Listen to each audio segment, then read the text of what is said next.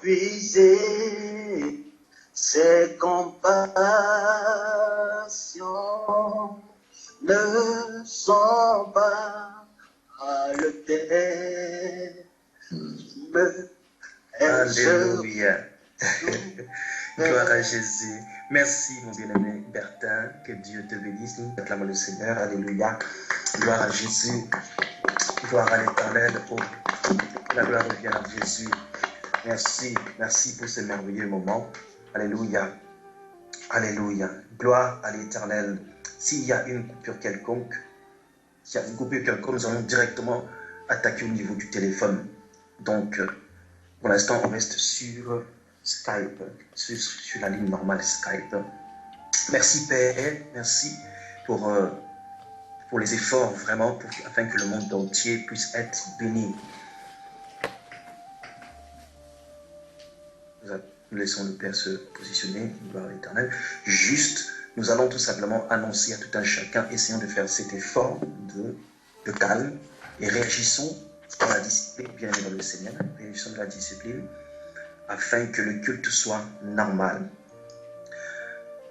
Monde entier, nous sommes réunis encore ce matin dans notre culte MIC, dans lequel nous allons traiter un thème qui nous titille, un thème qui nous met l'eau dans la bouche, les mystères du Nord.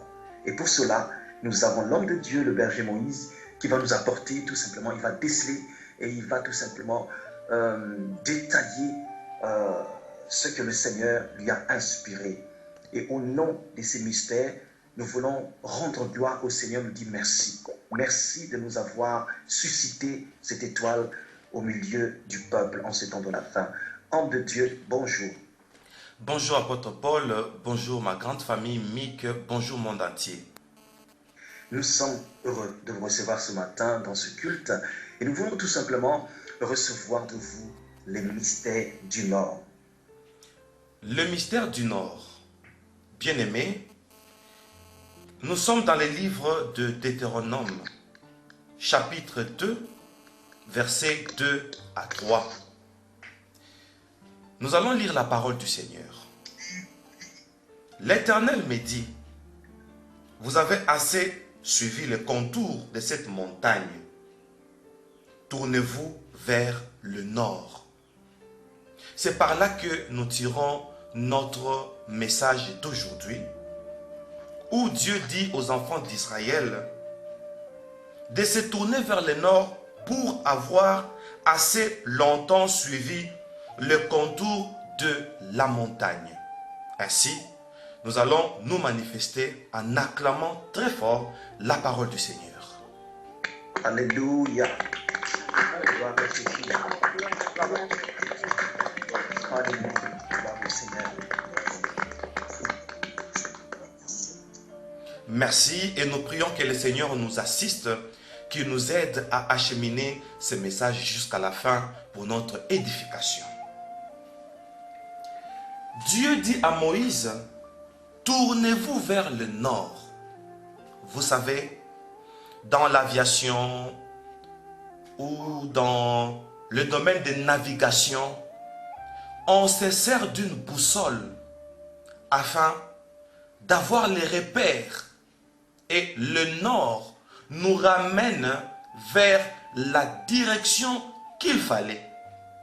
Et quand le Seigneur dit à Moïse d'ordonner au peuple de prendre la direction du nord, automatiquement, le Seigneur est en train de donner une boussole. Et pourquoi cette boussole? Quand est-ce qu'on se sert de la boussole? Quand on n'a pas de repère. Et je suis en train de dire à l'église du Seigneur, la montagne symbolise la présence de Dieu. Comme les Écritures déclarent, je lève les yeux vers les montagnes, d'où me viendra le secours. Et la Bible dit, le secours me vient de l'Éternel qui a fait les cieux et la terre. C'est-à-dire, quand nous levons les yeux vers les montagnes, quand nous montons vers des montagnes, cela symbolise la présence de Dieu. Et attention, nous chrétiens, nous avons un adage, lequel, quand quelqu'un est en jeûne, nous disons, il est à la montagne. Quand quelqu'un dit, je parle d'abord dans mon patois, Nakomatangomba, ce qui veut dire, je vais monter à la montagne demain. Automatiquement, on comprend que la personne veut aller à Jean. La personne veut gêner. La montagne symbolise la mortification. La montagne symbolise le jeûne. La montagne peut aussi symboliser une retraite. Ainsi, aujourd'hui, notre Seigneur, le Dieu de nos pères, Abraham, Isaac et Jacob, est en train de répondre à quiconque a cherché sa présence et il veut lui donner la direction comme par l'indication d'une boussole. L'Éternel me dit, vous avez assez suivi le contour de cette montagne, tournez-vous vers le nord. Prophétiquement, ça veut dire, l'Éternel me dit, vous avez assez prié, vous avez assez gêné, vous vous êtes assez mortifié. Maintenant, voici la direction. Notre Dieu est un Dieu fidèle qui montre la direction par une boussole. C'est ça le nord. Parce que la boussole n'indique que le nord. Donc aujourd'hui, le Seigneur veut être une réponse à celui-là, à ceux-là, à nous qui avons tant cherché sa présence. Beaucoup de gens disent, j'ai beaucoup cherché la face de Dieu. Et on a besoin d'une indication, on a besoin d'un repère. C'est ça le message d'aujourd'hui. Alléluia. Attention, Dieu ne parle pas au hasard. Parce que Israël tournait et ne faisait que contourner la montagne. C'est ça la présence de Dieu. Nous avons tant attendu la suite de Dieu, la réponse de Dieu. Et Dieu ne veut pas que nous restions dans une monotonie. Dieu ne veut pas que celui qui est dans sa présence reste dans un même endroit. Dieu finit toujours par donner une orientation. Ça, c'est la fidélité de notre Dieu. C'est ça le mystère du Nord. Le Nord symbolise la réponse de Dieu. Le Nord symbolise l'orientation, la boussole de Dieu. La réponse de Dieu pour celui qui a très longtemps duré dans sa présence. Voilà pourquoi je suis en train de communiquer l'onction pour tous ceux qui me suivent en ce moment. Vous, ma famille chrétienne, aujourd'hui, ça sera un jour particulier. Disons Amen. Amen. Amen. Alléluia. Amen. Amen. Amen. Amen. Vers le nord, c'est là que Dieu met fin à un système. Système de la monotonie et de la routine. Le peuple doit maintenant se tourner vers quelque chose. Comme il est écrit, il y a un temps pour tout. Donc, il y a un temps de prier et il y a aussi le temps de recevoir la réponse à notre prière. Dieu refuse le mouvement où on est au même endroit. Alors, notre vie est en train de prendre la direction du nord.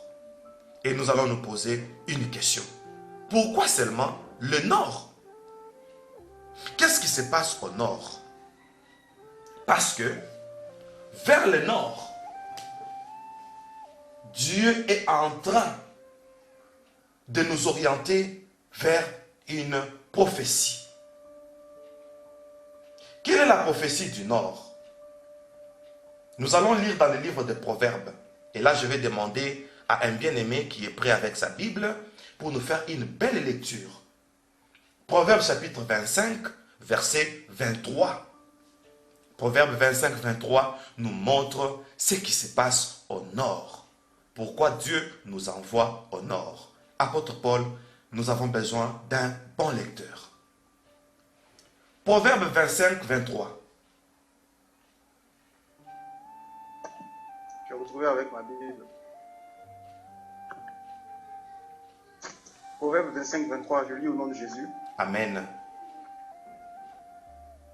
Le vent du nord enfante la pluie. Alléluia. Et la langue mystérieuse, un visage irrité. Nous acclamons la parole du Parole. Seigneur. Alléluia. Parole du Seigneur. Alléluia.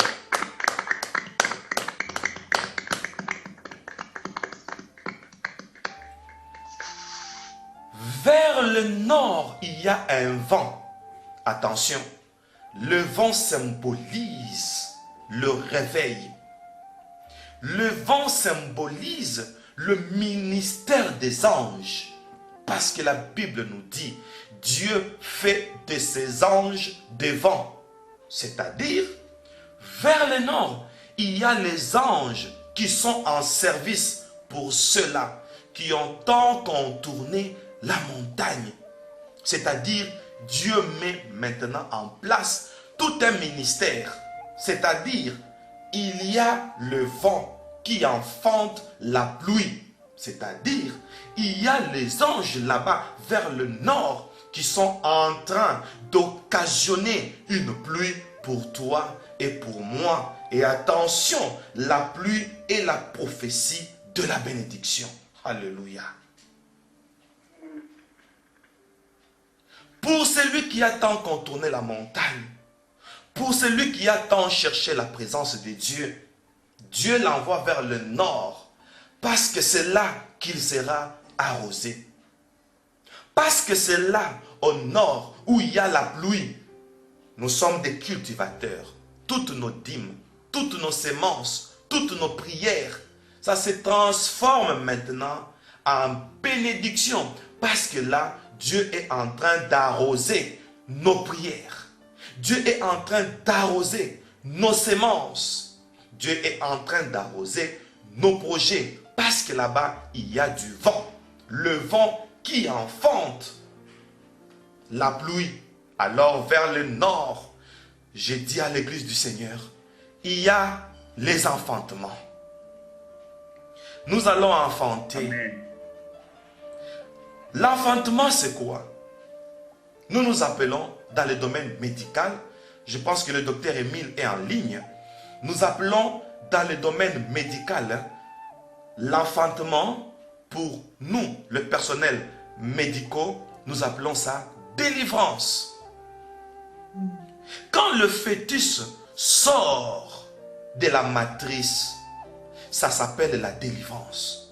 Mais communément, nous disons l'enfantement. Mais on nous dit, le vent du nord enfante la pluie. C'est-à-dire, vers le nord, ce que nous avons sémé, ça va sortir.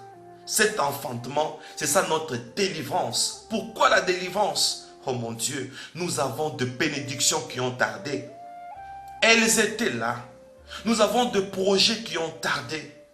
La solution était là.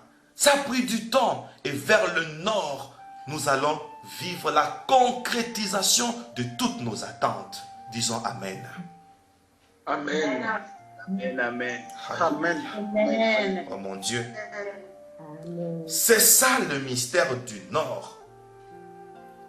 Vers le nord, attention bien-aimés, nous allons découvrir encore un mystère. Qu'est-ce qui se passe au nord? Pourquoi Dieu dit tournez-vous vers le nord? Ça, c'est comme une boussole. Et nous sommes en train de comprendre par cette boussole une dispensation que le Seigneur nous garde vers le nord. Et nous allons lire encore, bien-aimés, dans les livres d'Ézéchiel. Et nous demandons au bien-aimé qui vient de faire la lecture de nous lire encore dans les livres d'Ézéchiel. Est-ce que ma famille, vous êtes là? Oui, on est là. Alléluia. Nous y sommes. Amen. Nous sommes là. Amen. Amen. Bien-aimés, nous allons Amen. lire Ézéchiel chapitre 48, le verset 31.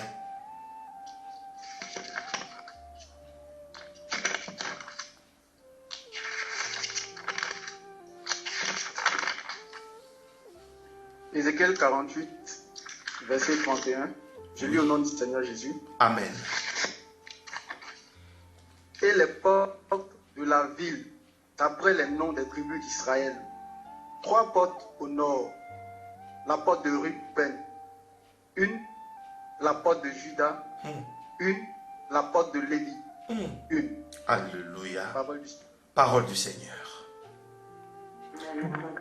Amen, amen, amen. Amen.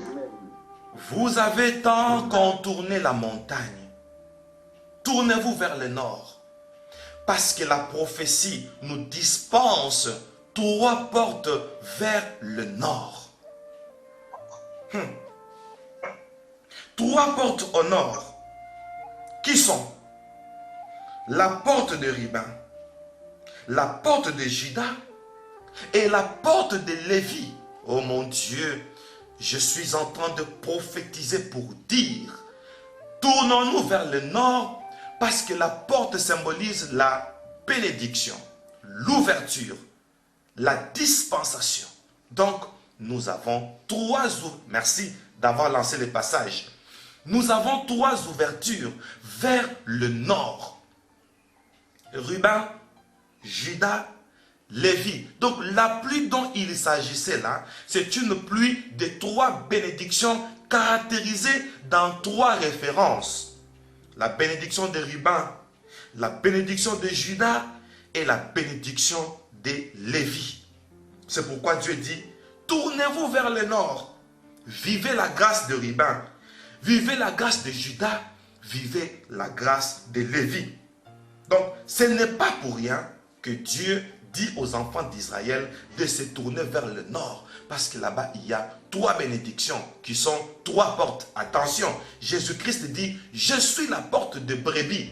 C'est-à-dire, les 3 portes, ce sont les 3 bénédictions que Jésus-Christ lui-même nous donne en tant que la porte de brebis. En tant que le rémunérateur de ceux qui les cherchent. Amen. Ceux qui sont habitués à la montagne, comme maintenant là nous sommes connectés sur Skype, les autres sont connectés sur YouTube, les autres sont connectés dans nos réseaux sociaux. Alors cette connexion symbolise automatiquement la montagne, parce que la montagne c'est la prophétie de l'église. Oh, Amen. Bienheureux ceux-là qui ont duré à l'église, bienheureux ceux-là qui ont choisi l'église. C'est ça la montagne. Le Seigneur veut nous payer aujourd'hui sous 3 prophéties, Ruben, Juda et Lévi. Et sans plus tarder, Amen. entrons par la première porte. C'est la porte de Ruben. C'est ça, les 3 portes du nord. Alléluia. Commençons par Ruben, notre première bénédiction, notre première prophétie pour ceux-là qui sont habitués à la montagne. Aujourd'hui, cette montagne va nous payer.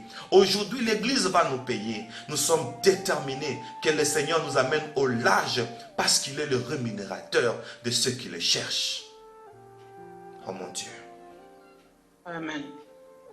Alors, chers bien-aimés, pour ceux qui écrivent, la première porte, c'est Ruben. Oh, attention, j'aime ça. Ruben veut dire Réoubenu de l'hébreu.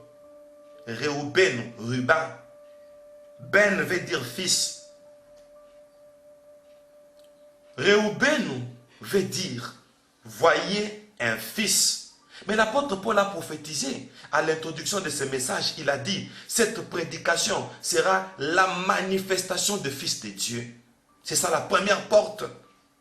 La première bénédiction, c'est une bénédiction qui est réservée seulement aux enfants de Dieu. C'est ça, Ruben, Réoubenu, voyez un fils. Dieu veut payer tous les enfants de Dieu. Oh mon Dieu.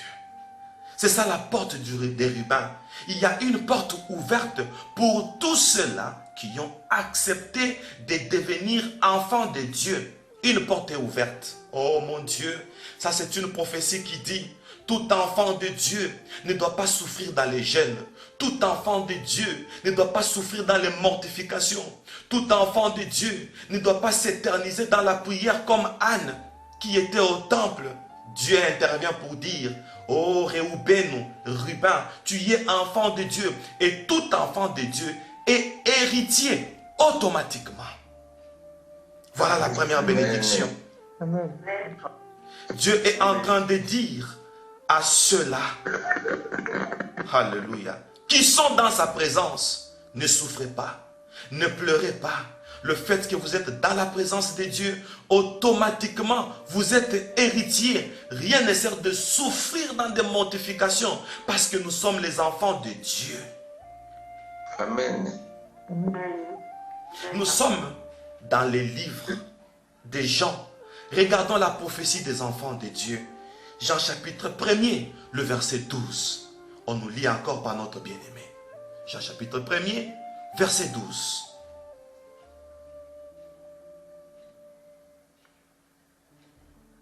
Jean chapitre 1er, verset 12. Yes. Je lis au nom de Jésus. Amen. Le lendemain, une foule nombreuse de gens Jean, venus à la fête, Jean ayant chapitre 1er. entendu dire... Jean chapitre 1er. Ok, est-ce que temps pour moi? Oui. Jean chapitre 1er, verset 12. Yes. Je lis au nom de Jésus. Amen.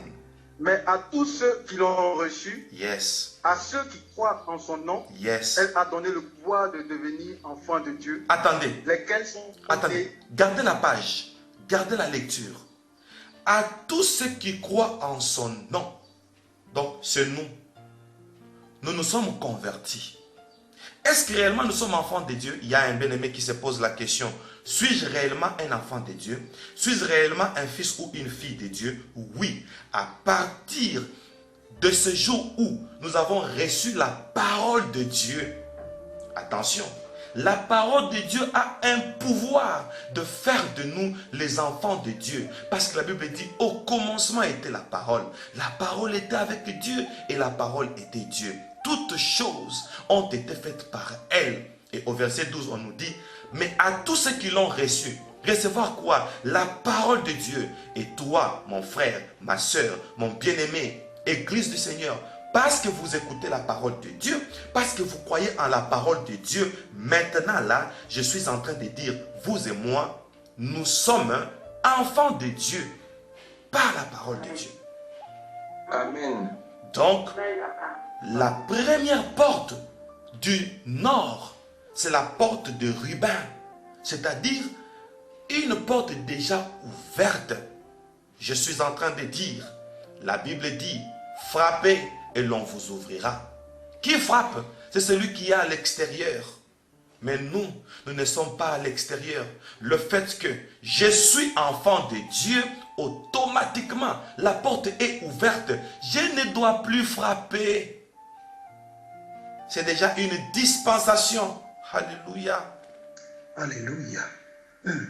Alors, Amen, amen. au moyen de la parole de Dieu, on devient enfant de Dieu. C'est ça, Réhouben. Voyez un fils. On présente un fils. On présente un enfant de Dieu. Aujourd'hui, on va découvrir qu'il y a un enfant de Dieu en Irlande. On va découvrir qu'il y a un enfant de Dieu à Paris. On va découvrir qu'il y a un enfant de Dieu en Allemagne. On va découvrir qu'il y a un enfant de Dieu au Congo. On va découvrir qu'il y a un enfant de Dieu au Cameroun. Parce que la première porte, c'est une porte qui présente les enfants de Dieu. Ça, c'est la fierté de Dieu. Dieu sera fier de te présenter comme sa fille. Dieu sera fier de te présenter comme son fils. Parce que tu as l'apparence d'un enfant du roi des rois. Alléluia. Nous continuons la lecture. Jean 1,12, toujours partie B. Comment sont les enfants de Dieu? On y va. Lesquels sont nés, non du sang, Non du ni sang, de la volonté de la chair, ni de la volonté de la chair, ni de la volonté de l'homme, ni de la volonté de mais l'homme, de Dieu. mais de Dieu. C'est ça un enfant de Dieu. Tu ne dépends pas de la volonté de la chair. Est-ce que vous connaissez la volonté de la chair? Quand nous naissons selon la chair, Non. nous avons la nature adamique.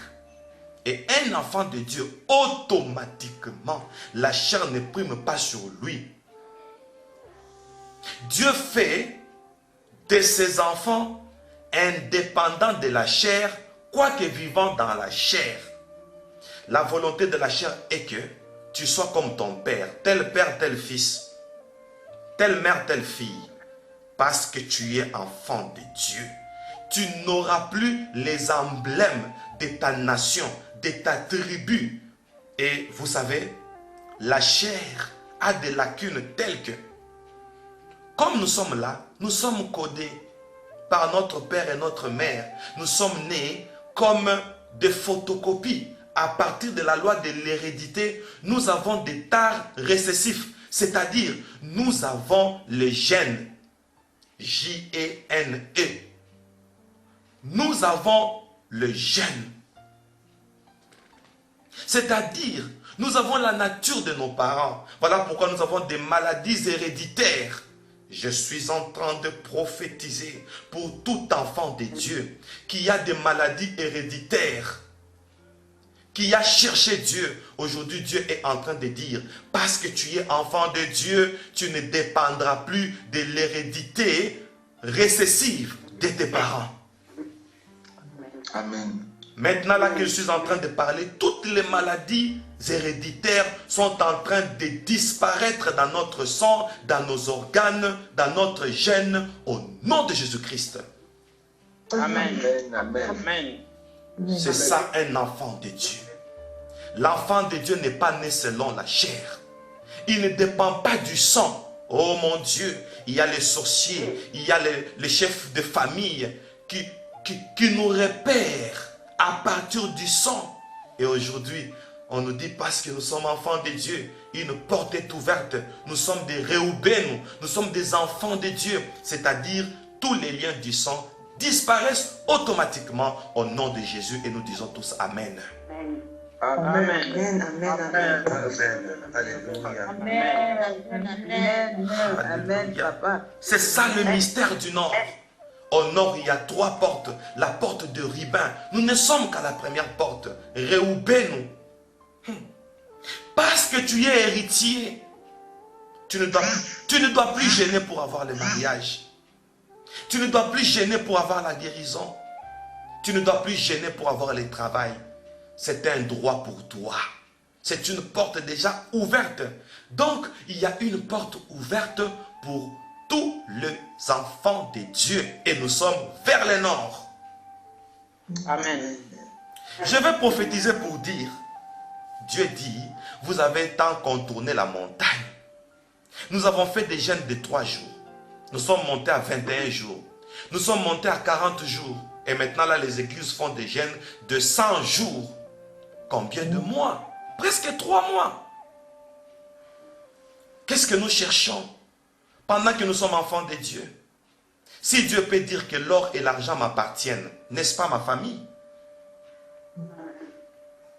Et je vous pose la question, qu'est-ce qu'on fait avec l'argent? C'est une question.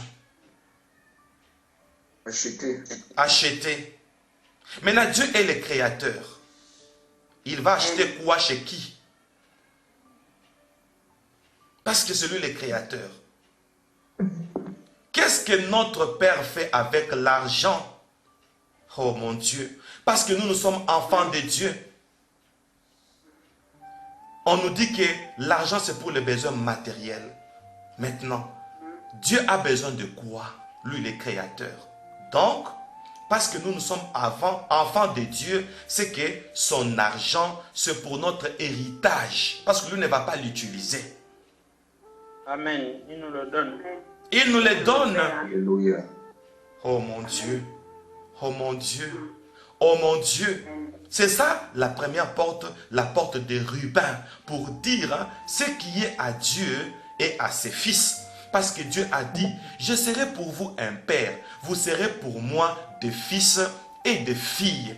Alors, l'héritage divin Amen.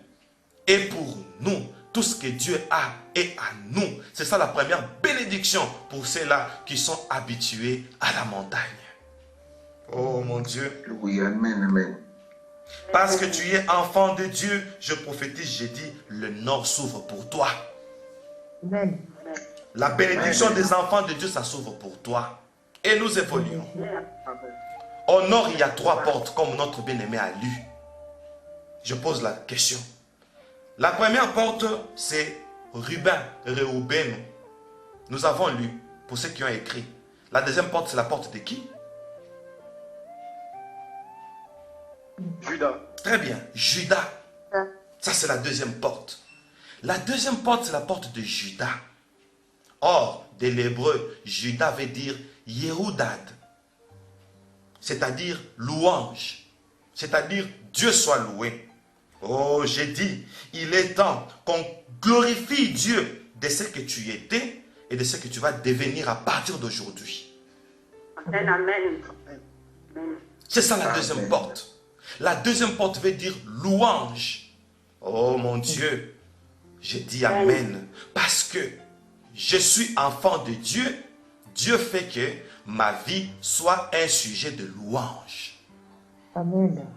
Amen. Amen. Au nom de Jésus. Amen. Alors je prophétise pour dire que ton âge est un sujet de louange. Ton mariage est un sujet de louange. Tes enfants sont un sujet de louange.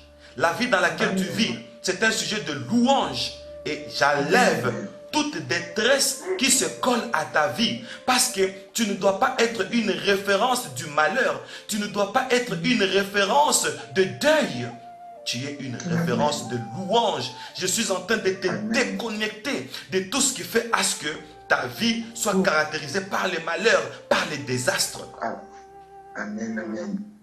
Amen. Si quelqu'un est malade, je proclame comme Jésus a dit sur Lazare, cette maladie n'a pas pour but la mort, mais elle est pour la gloire de Dieu. Amen. Tout celui qui a une maladie incurable maintenant là, je suis en train de prophétiser. Cette maladie était venue pas pour te tuer. Cette maladie était venue pour que le monde sache que notre Dieu peut guérir sans médicament. Il est capable de faire disparaître une affection qui s'est cachée dans nos organismes sans opération. Je suis en train de proclamer tout celui qui avait une situation difficile.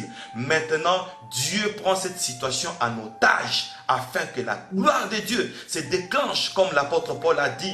Je me glorifie dans mes faiblesses. Quand je suis faible, c'est alors que je deviens fort. Amen. C'est ça la deuxième porte. La deuxième porte, c'est une porte de la louange. Je suis en train de proclamer ta race, c'est une race de louange.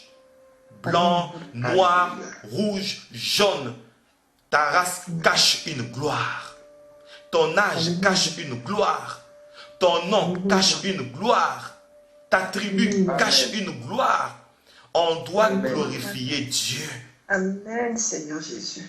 Amen. Alléluia. Ma vie est une vie de louange.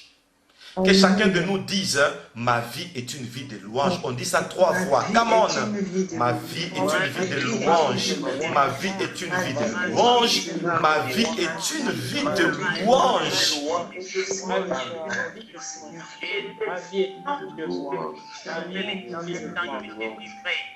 Yes. C'est ça la deuxième porte. Judas, Yehudad. Ainsi, parce que ta vie, ma vie, c'est une vie de louange, je proclame sur toi un perpétuel devenir. Tu ne feras que devenir. Année après année, tu ne feras que devenir.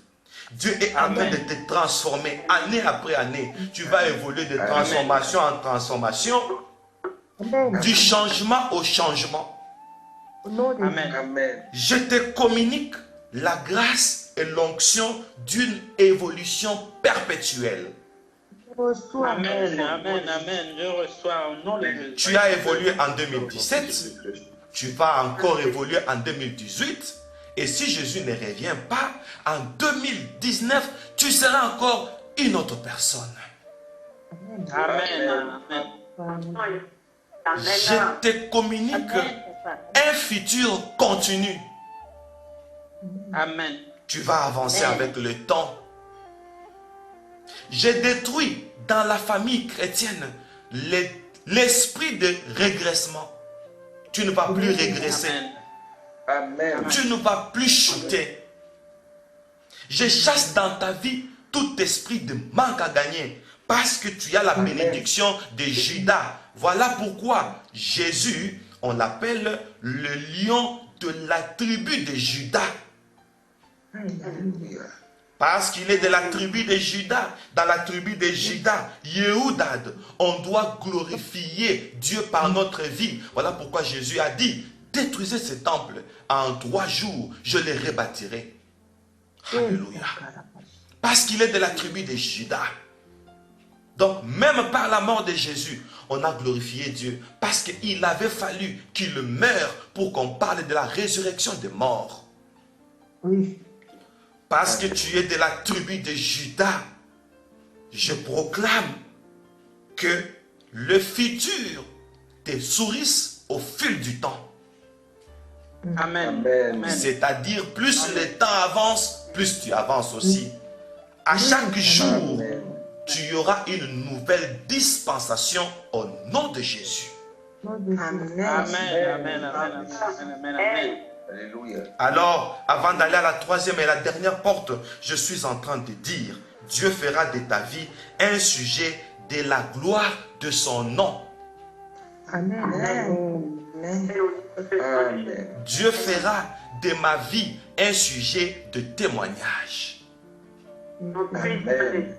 Je suis en train de dire que je suis désormais caractérisé par la porte de Juda. Comme c'est une porte qui est vers le nord, cette porte n'est pas fermée. Tu ne vas même pas frapper. Tu vas juste entrer et vivre le merveille caché dans le nom de Juda. Pour que toi tu sois transformé en une personne qui va être le sujet de témoignage. Tu ne vas pas gêner pour ça. C'est pourquoi Dieu dit, nous avons tant contourné la montagne. Dirigeons-nous vers le nord. Nous avons tant gêné, nous avons tant souffert. Il est maintenant temps qu'on découvre une nouvelle dispensation, la porte de Juda. Amen. Chers bien-aimés, nous passons par la 3e porte. La 3e porte, c'est Lévi. Oh mon Dieu. Lévi, de l'hébreu, Lévi veut dire attachement. Parce que sa mère, quand elle a eu ce fils, elle a dit, mon mari va s'attacher à moi. Et c'est par là que le nom de Lévi est sorti. Ça veut dire attachement. La 3e porte, c'est pour ceux-là qui sont restés attachés aux choses de Dieu. Comme preuve, vous êtes connectés sur Skype. C'est un signe d'attachement. Lévi égale attachement. Lévi, c'est la rémunération pour tous ceux-là qui sont restés connectés aux choses de Dieu malgré la moquerie. Amen. Nous sommes en train de vivre dans un monde où on se moque des enfants de Dieu. Dieu est en train de nous rémunérer. Il est le rémunérateur de ceux qui le cherchent. C'est ça, Lévi. Pour tous ceux-là qui, à cause de Dieu, ils ont abandonné le copinage. Ils ont abandonné l'adultère. Ils ont abandonné le concubinage. Ils ont abandonné la bière. Ils ont abandonné les mauvais amis. Ils ont abandonné le monde. Et Dieu aujourd'hui est en train d'ouvrir une porte pour tous ceux-là qui ont tout abandonné à cause de lui. Amen. Amen. Amen. Pour ceux-là qui ont refusé le triple salaire d'un patron qui était en train de lui demander le concubinage. Aujourd'hui, Dieu est en train de payer. Il est en train d'ouvrir une porte à ceux-là qui ont abandonné l'occultisme. Ils sont restés attachés à Jésus. Jésus ouvre une porte. Amen. Amen. Alors, mes bien-aimés, nous allons nous retrouver par la grâce de Dieu. Le dimanche prochain, nous allons parler de notre chapitre 2 sur le mystère du Nord. J'ai dit et je vous remercie. Apôtre Paul, soyez bénis. Église du Seigneur, soyez bénis. Alléluia.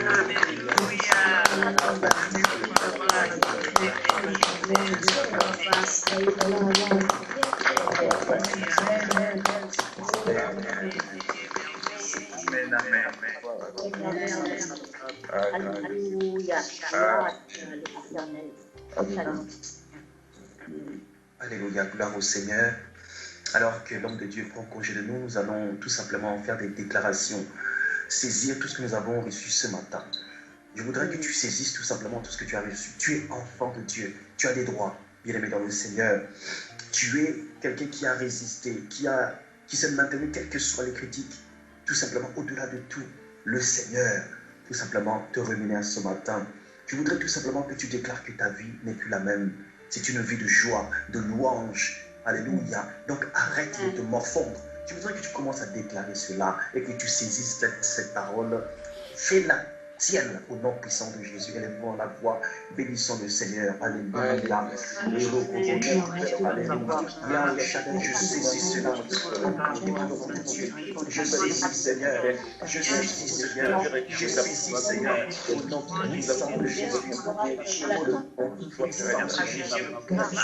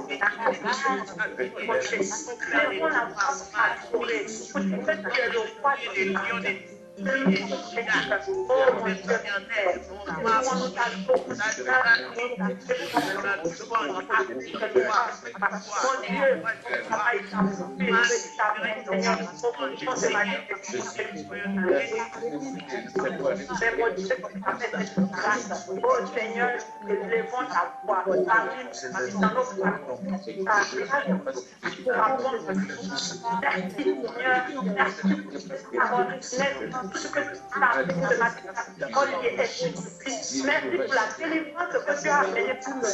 Merci pour ta grâce que tu as amenée. Merci pour la bénédiction, merci pour la guérison, merci pour ta délivrance.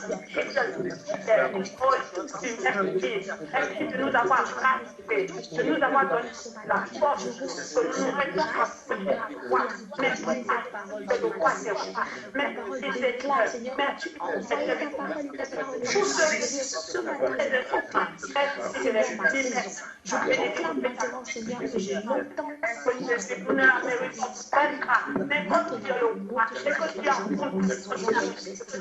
Tu récupères. Seigneur, ta parole me sanctifie. Ta parole me purifie. Ta parole me lève ce matin. Ta parole me positionne ce matin, Seigneur. Viens encore pour me révéler ce matin, Seigneur. Au nom de Jésus, je reçois avec gloire ce matin. Je reçois Dieu ce matin, Seigneur. Je reçois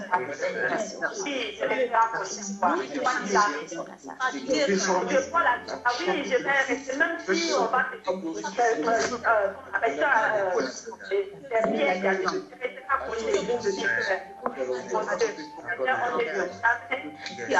mais mon Dieu, par ta grâce, par ta faveur, avec la force, avec ta parole, nous restons accrochés parce que nous sommes des biens que toi-même. Oh mon Dieu, nous sommes à toi et nous marchons selon ta volonté. Nous pouvons marcher selon et la grâce. Nous te bénissons et nous te rendons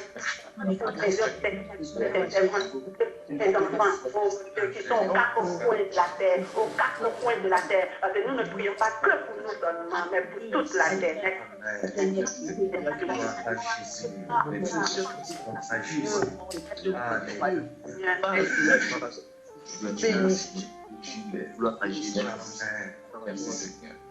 Voilà, donc je voudrais que en cette journée, nous puissions vraiment déclarer bien-aimé dans le Seigneur. Alors que nous avons quitté notre culte, il y a un message du berger qui dit « Je vais engendrer toutes mes bénédictions qui ont pris du temps sans se manifester. » Voilà donc, déclare-le tout au long de la journée, les choses qui ont pris du temps, le retard, bien-aimé dans le Seigneur, que au nom du message de ce matin, cela va s'engendrer au nom puissant de Jésus. Et ici, je voudrais tout simplement signaler quelque chose. L'homme de Dieu parle de bénédiction des fils. Le Seigneur fait pleuvoir sur le bon et sur le méchant. Il y a des bénédictions, certainement, que le Seigneur fait pleuvoir pour tout le monde. Mais il y a des gens particulièrement, ses enfants. Alléluia. La porte de Ruben, la porte de Judas, la porte de Lévi, ce sont ses enfants. Il se préoccupe sur ses enfants pour que ses enfants ne manquent de rien. C'est important. Je voudrais que chacun de nous, tout simplement, si tu es venu et que tu as entendu pour la première fois ce message, c'est important tout simplement que tu fasses le pas pour dire, si je n'ai pas encore reçu Jésus, je voudrais entrer par la porte pour que je n'ai plus à frapper chaque fois. Alléluia. Alléluia. Ceux qui frappent, ce sont ceux du dehors. Ils demandent au Seigneur, Dieu leur fait une faveur. Mais ceux qui sont dedans, c'est à eux. Le Seigneur dit, je m'occupe de mes enfants. Je m'occupe de mes enfants. J'ai vu, je vous ai mis à l'épreuve.